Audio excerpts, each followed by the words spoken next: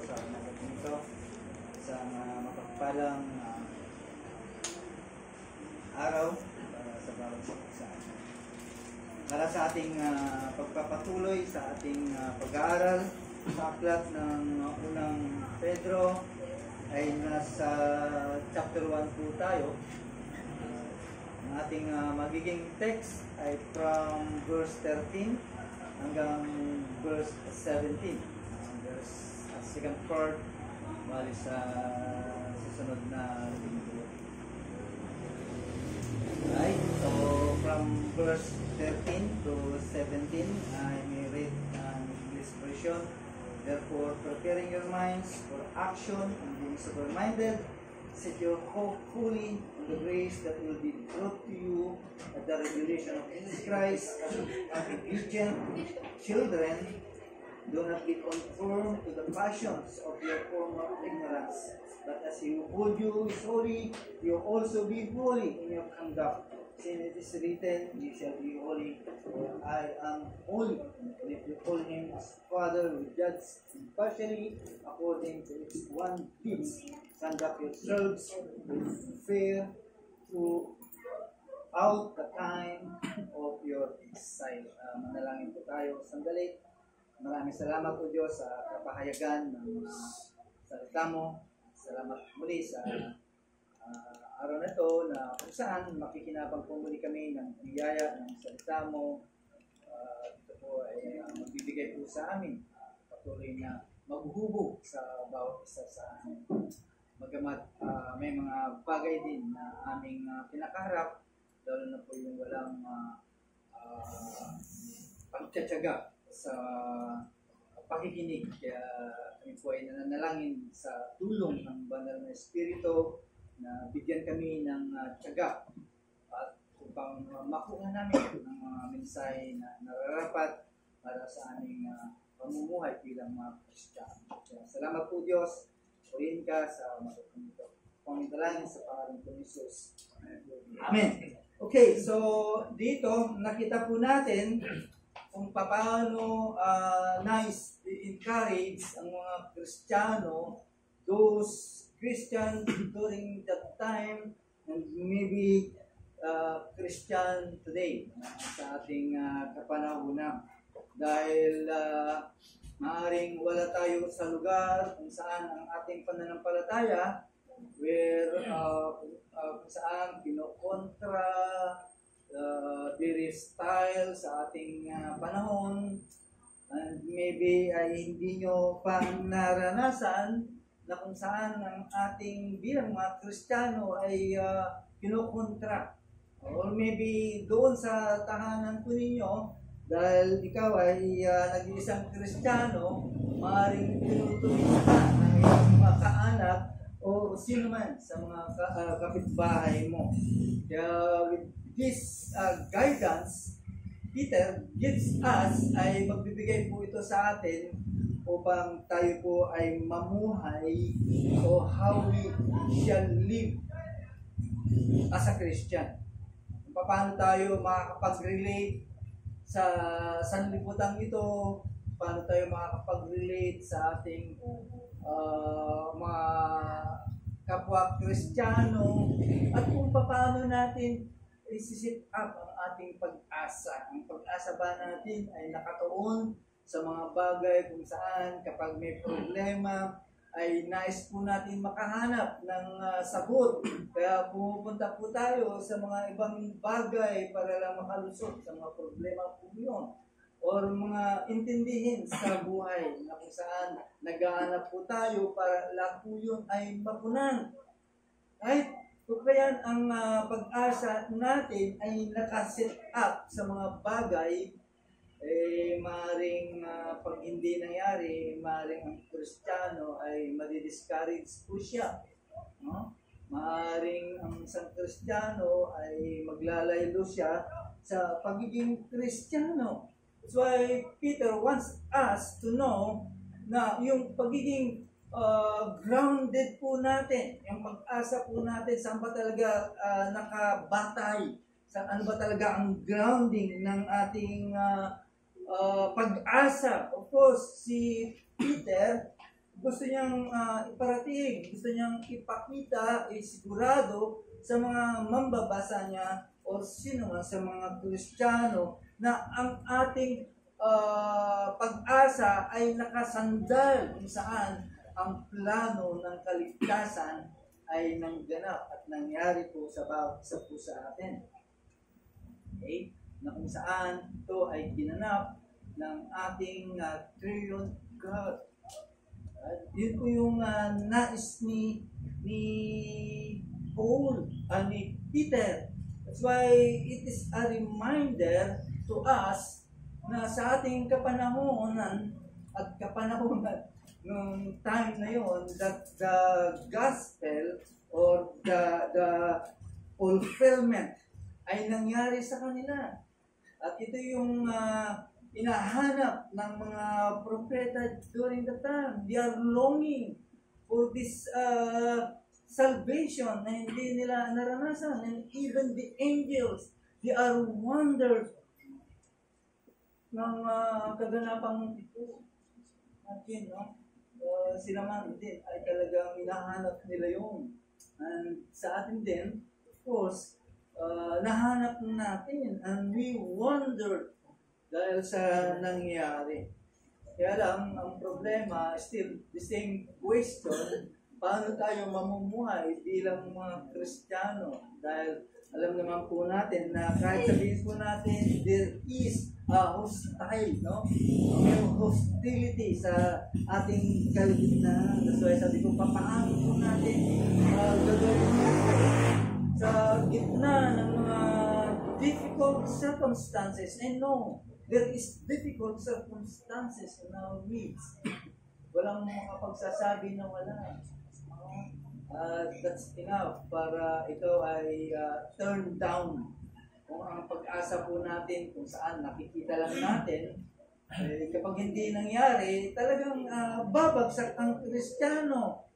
Kaya ito yung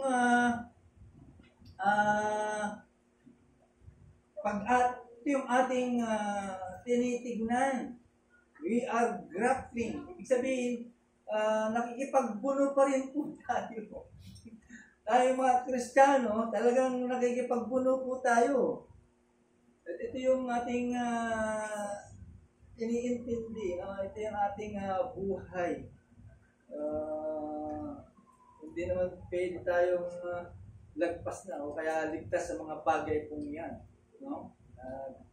Yan po ay kasama sa buhay ng Kristiyano. That's why Peter addresses yung dapat nating tatalahayin. No? Saan ba talaga nakaset yung ating pag-asa? In verse 1 to 13, chapter 1 verse 13, sinabi po ng text po natin, where your hope, no? Saan ba talaga nakaset up ang pag-asa mo? In verse 14 to 16, how are you to relate to this word? Paano ka makikipag-relate sa sanlibutan ito bilang Kristiyano? Ano ba ang gagawin mo? Ikaw ba aayon sa mga bagay na nangyayari? Hindi. Okay? And verse 17, ito yung problema. Paano tayo magkikipagkasundo? How to relate to God? Okay? Tigit sa lahat, how to relate everybody, lalo na sa mga Kristiyano. Kaya pag-usapan po natin, dalawang punto ay paano talaga mabubuhay ang mga Kristiyano. Dahil alam po natin, hindi po lingid. This is true. Told to be true.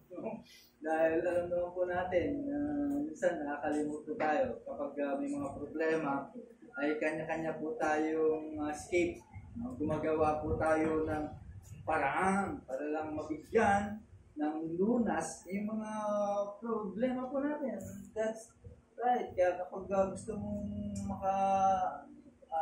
lagpas o makahulagpos sa kahirapan, anong gagawin mo? Magsusumikap ka, di ba? Mag-aaral ka ng kabutihan. So, yun ba? Yung mga bagay na umaagaw o minsan na nananalo sa ating kaisipan, sa pananampalataya po natin. So, ay, sabi nga doon, ay bigkisan.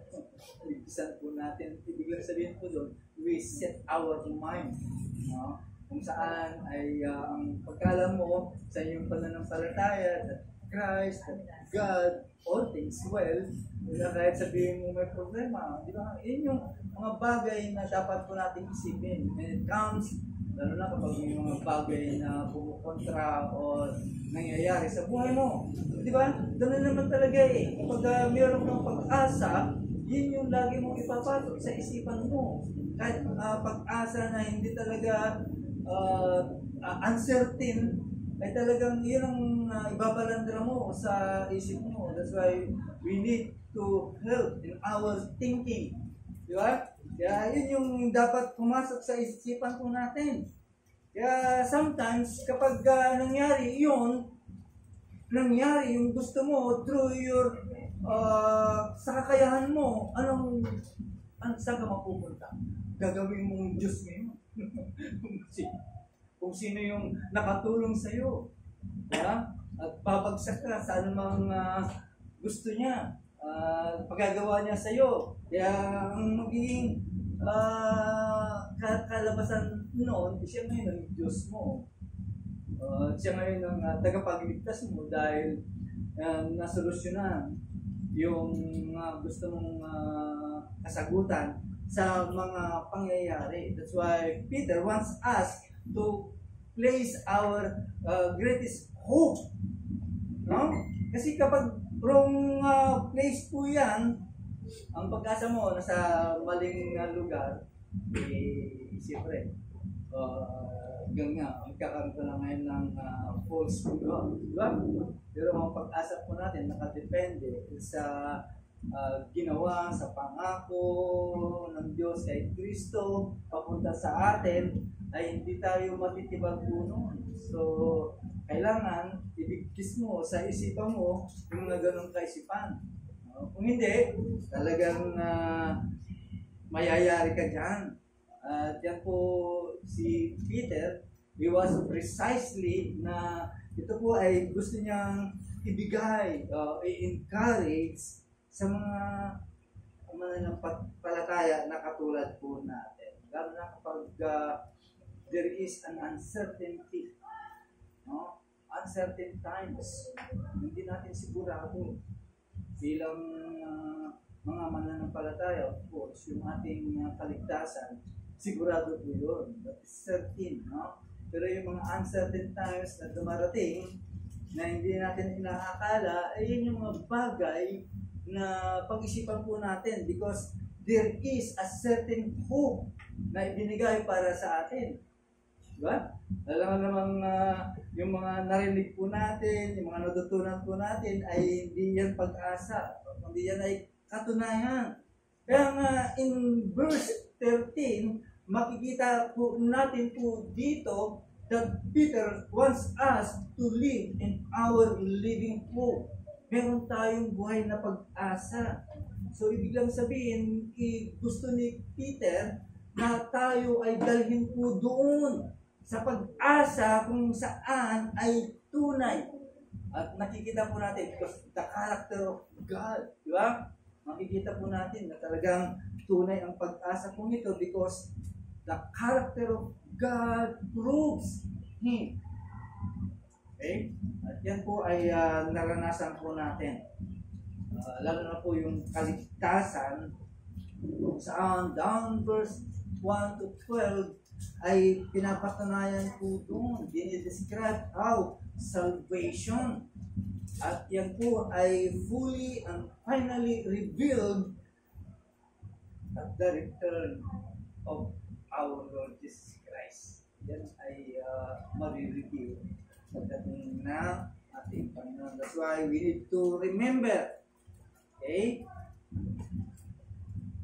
na dapat nating alalahanin that there is no false or uncertain hope sa inyo, sa atin. Hindi yung sasabihin mo, maybe, maaaring mangyari. Hindi. Talagang sigurado po yun. Right? Kaya Peter was calling to all Christians that their hope must be set up. No? Must be absolutely set up to a certain God. Diba? Kasi kung hindi totoo ang Diyos, ay hindi rin totoo yung mga bagay na mga narinig natin, mga napag-aralan po natin. Kaya sinabing certain God, it means certain din yung mga sinasabi ng Diyos. Lalo na yung mga pangako ng Diyos sa pamamagitan ni Kristo. Kapag yan pangako at pag ang Diyos ay totoo at nangako, it proves yung pangakong yan ay totoo. Kaya nga dito madidetermina ngayon ang buhay ng isang Kristiyano. Okay? Kasi kung hindi makita ang pamumuhay mo bilang Kristiyano, it means you have no hope. Kaya kapag may pag-asa ka, madidetermine na ngayon ang buhay mong Kristiyano. Lumalakad ka ngayon ng mayroong kabanalan. That's the truly hope. Meron kang pag-asa na lumalakad ka sa gitna ng kasalanan ng mundo ito na meron kabanalan. Yan yung katotohanan na meron kang tunay na pag-asa sa buhay mo bilang Kristiyano na lumalakad ka sa tama. Right? Yan yung nagbibigay po sa atin ng katotohanan ng pag-asa. That's the truly hope. Okay? Kaya from verse 13 to 21, ito yung kumakan ngayon ni Peter dito. Ngayon, nasasakop yung kanyang command. How to live. How to live. Christian, how to live during nasa mundo sila. Nasa Excel. Kasi naka-Excel po tayo sa mundong makasalanan. Kaya paano tayo mamuhay bilang mga Kristiyano sa ating exile.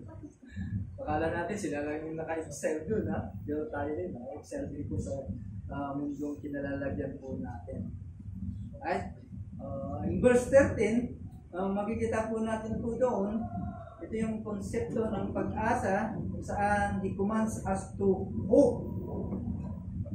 Okay? Na dapat ang pag-asa po natin ay nakasandal lamang sa Diyos. Okay? Tandaan po natin, ang pag-asa mo kapag nakasandal sa Diyos, any uncertainties or difficulties in life dito sa mundong ito, okay? Ay may pag-asa. Yung biyaya ng Diyos ay talagang may bibigay sa iyo through Christ. Di ba?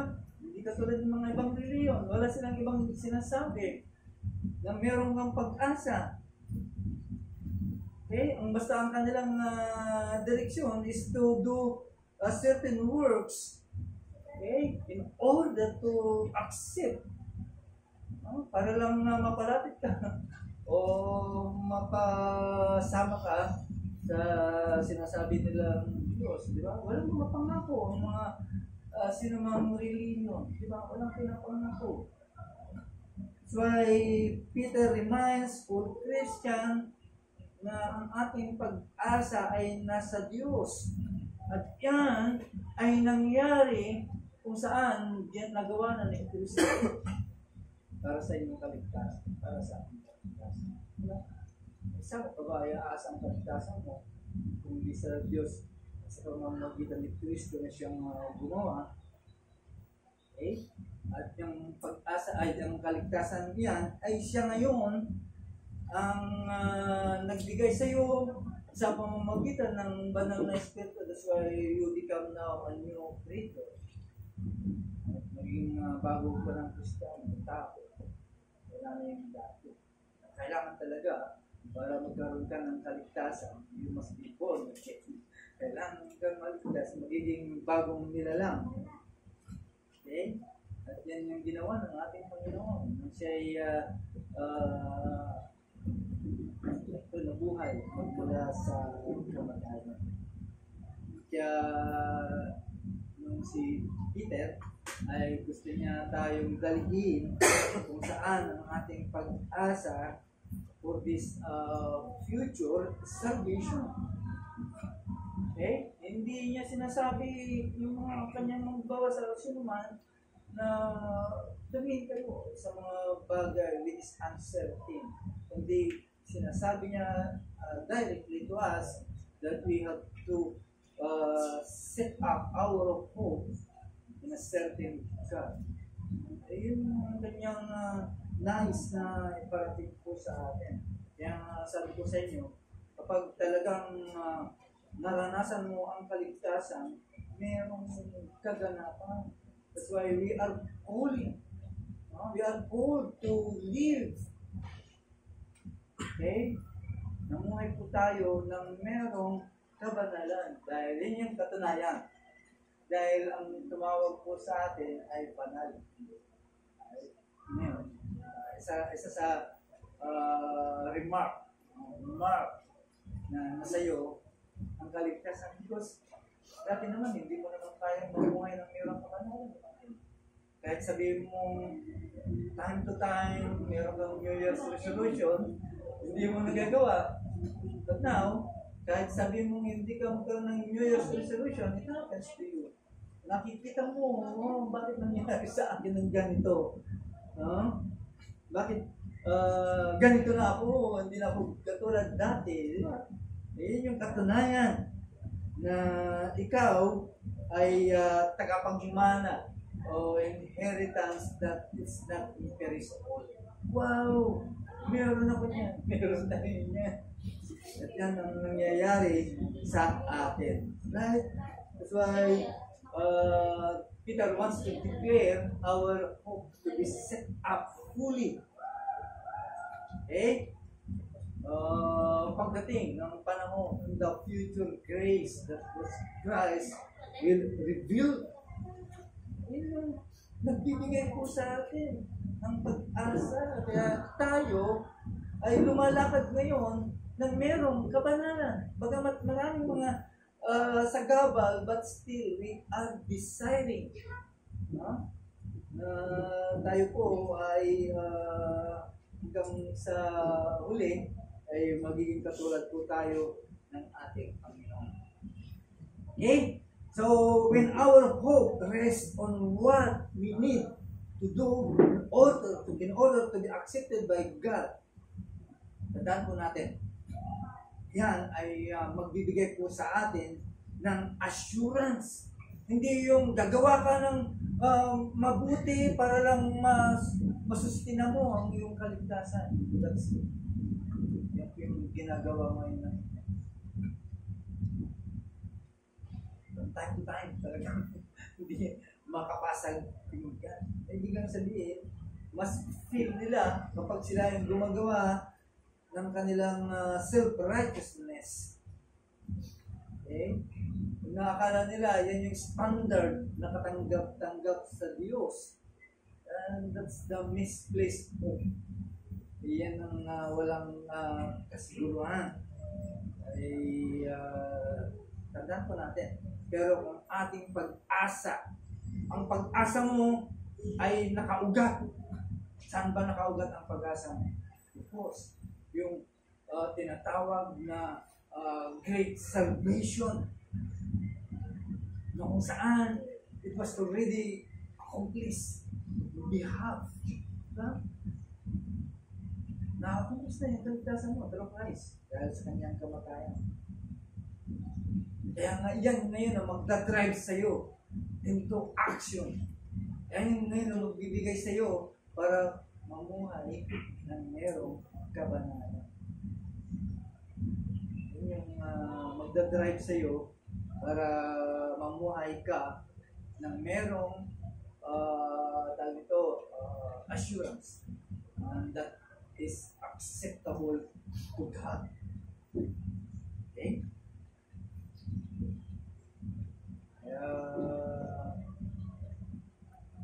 Dahil sa ginawa ni Kristo, of course, ay naranasan po natin ang bagay na ito. So, anong gagawin po natin? Okay? Sabi po ng verse 13, to prepare, to set up. In verse 13, kanina yung langgit po natin, how to set up our hope on the grace of God. Paano pag-girl? Sabi ng verse 13, preparing your minds for action. Alam niyo ba yung gird your loins? Dito kasi sa atin wala yun. Hindi naman tayo nagsusuot ng mga like ng mga ibang lugar, Middle East, yung mga nagsusuot ng mga sultana. Bakit sila nagsusuot ng sultana? O even yung mga Indian, nagsusuot ng tapis. Kasi pag may labanan o may takbuhan, ang ginagawa nila, hatiin lang yun, tapos igaganon, tatali dito. Kaya malaya silang tumakbo.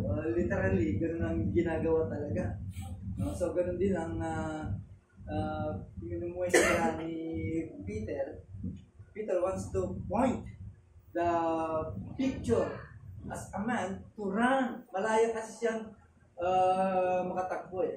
Like yung nakapantalon, bakasyon. Hindi mo may akbang yung paa mo kapag masikip yung short o pantalon, di ba? While sa kanila, yung gird your loins, yung sultana na pag ginanon, ay malaya talaga sila. So, ang gusto lang sabihin ni Paul sa atin is to exercise our mind. Malaya po yung isipan po natin that we have to set up our hope fully. Requires a mental preparation. Di ba?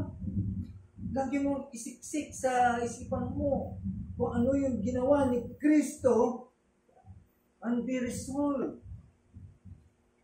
Okay?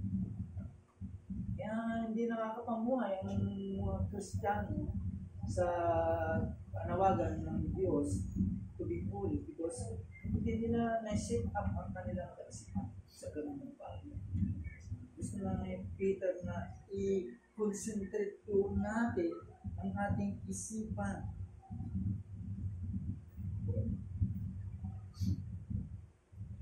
Be sober.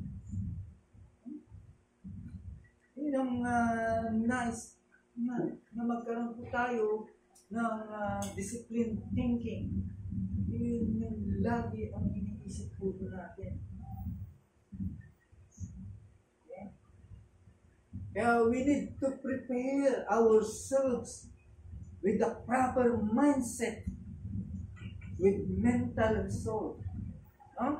I-set up po natin na ito yung mangyayari, ito yung gagawin ng Diyos, ito yung nakatakda na gagawin ng Diyos. Para hindi ka maagaw ng sanlibutan, para makalapad ka ng merong kabanalan sa iyong pagiging Kristiyan. Okay? Kaya we have to be sober-minded. Kailangan iyon lagi ang ating ikukonsidera. Ibig lang sabihin, bawat takbo ng buhay mo, yun yung lagi ang iisipin mo para magkaroon ka ng soul. Kung iba-ibang pinapasok mo, talagang mawiwindang ka sa buhay Christian. Hindi mo magagawa kung ano man yung commandment na pinag-uutos ng Diyos. Okay? Yan, hindi mo ginawa, it provokes everything. At hindi yan magiging normal. Kaya nga maraming mga Kristiyano, hindi normal.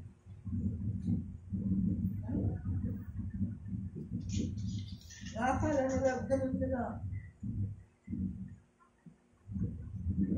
Kaya nga pinagpipilitan ni Paul na dapat talian po natin ang ating kaisipan. Yun yung gusto ni Peter na magkaroon tayo ng mental preparedness or self-control. Kaya anong logic na gusto mong pakita dito ni Paul?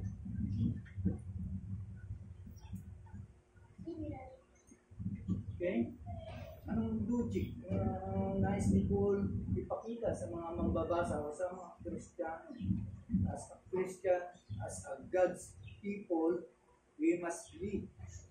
Our conduct, we need to set up your fully hope on God. Kasi ito yung pag-asa po natin eh. Yung ipinangako ng Diyos na kaligtasan sa iyo, yan yung mamaniobra ng latang bagay.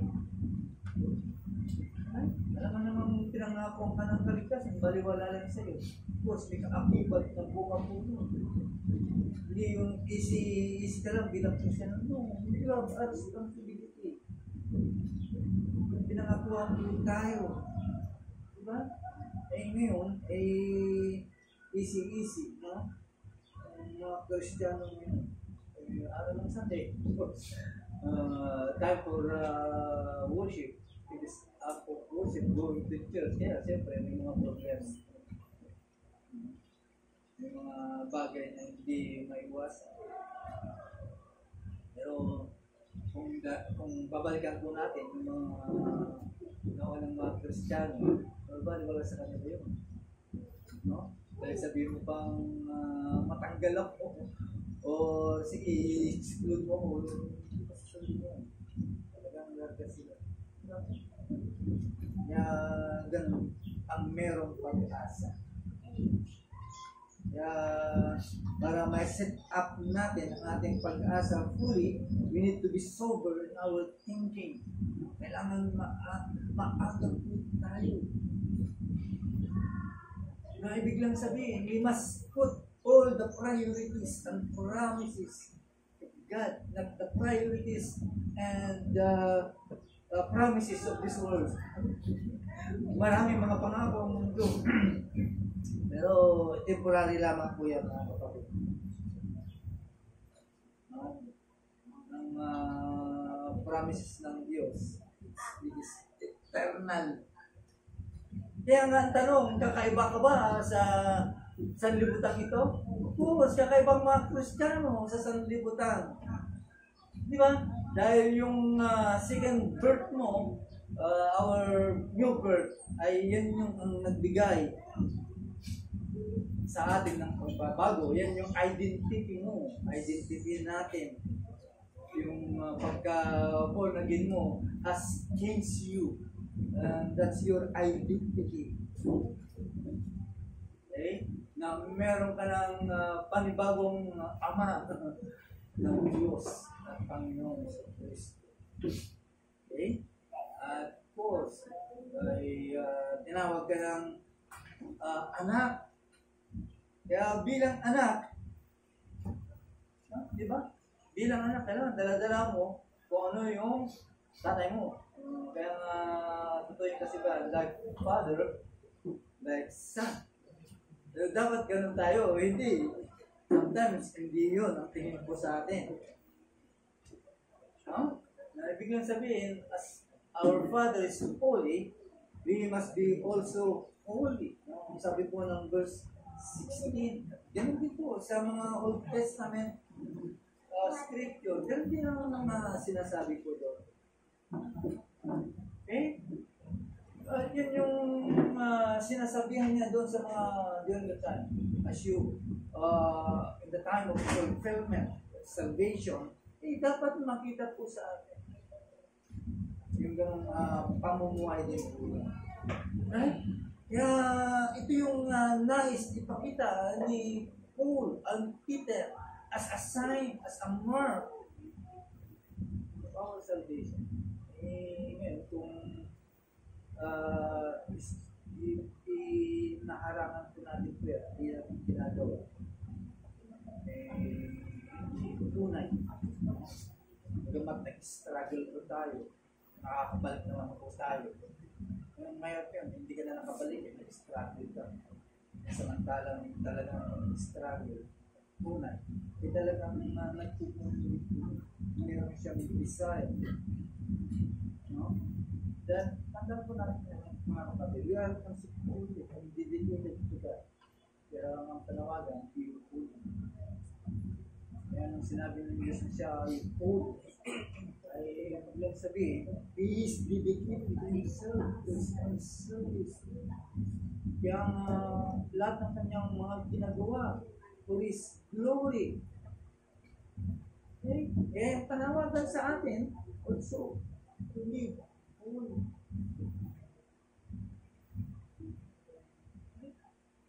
Kakaiba ba talaga tayo sa mga iba? O kapares lang natin sila?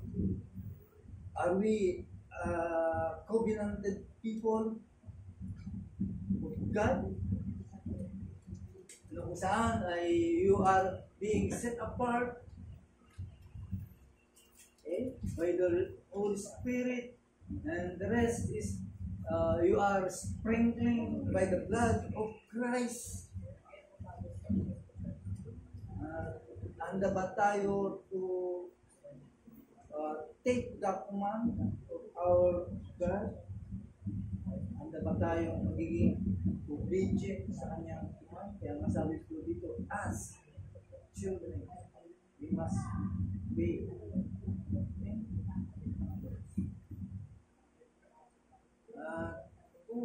We have been set apart from this world to serve God only as an obedient children. Right? Then, we are to conform. Yan ang dapat ang nangyari po sa atin. Dapat magbabago ikaw. We have to conform from your ignorance. Former ignorance, sabi ng verse 14. Dapat wala na po yun. Kaya ang panawagan, we must be holy in all our conduct. We must be holy in this dark world. Pwede ba yun, boss? Pwede po yun. Di ba? Nakaya nga ng mga iba eh. Yeah, lalo yung mga holy world nito.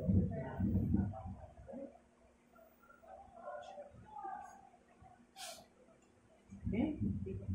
Kaya ang panawagan, siyempre, tayo, mga Kristiyano, ay para ma-identify ka o ma-display ang identity mo is to follow the command of our Lord as a covenanted people. Di ba? Yun yun. Para ma-identify tayo. Kaya dapat ang conduct po natin ay makita, ma-reveal dito sa sanlibutan po ito. Our conduct in this world will reveal to whom and to whose service we are truly dedicated. Diba? Pala tandaan. Kaya sabi mo sa sarili mo, talaga ba ako ay naglilingkod na dedicated to God or I work to the world? Diba? Yan yung tanong po natin sa sarili po na. Oh, I am becoming like Him, our Lord Jesus Christ.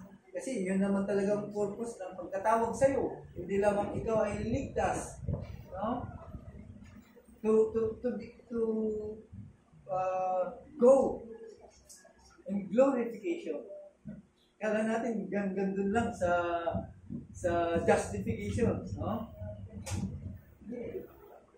Merong kaganapan na dapat mag-glorify o mag-buhay po natin papunta sa glorification. Kaya itanong po natin ang ating mga sarili, do I? Panawagan po yun. Panawagan po sa atin. Na ang aking mga gawi ba ay talagang para sa Diyos o ang aking pag-asa pa. Kasi yun eh. Kapag mayroon kang pag-asa, lahat po ito ay magagawa po. Pero na kapag ang pag-asa mo ay nakasalalay sa kaligtasan na binigay ko sa mga tayo ng susunod. Yan po yung ating ninanasa by grace of God.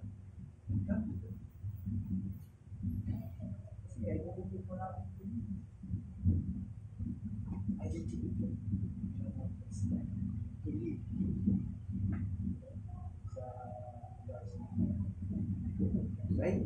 So, ganda lang. There's part of it para sa binag-aaralan. Dahil ko na lang.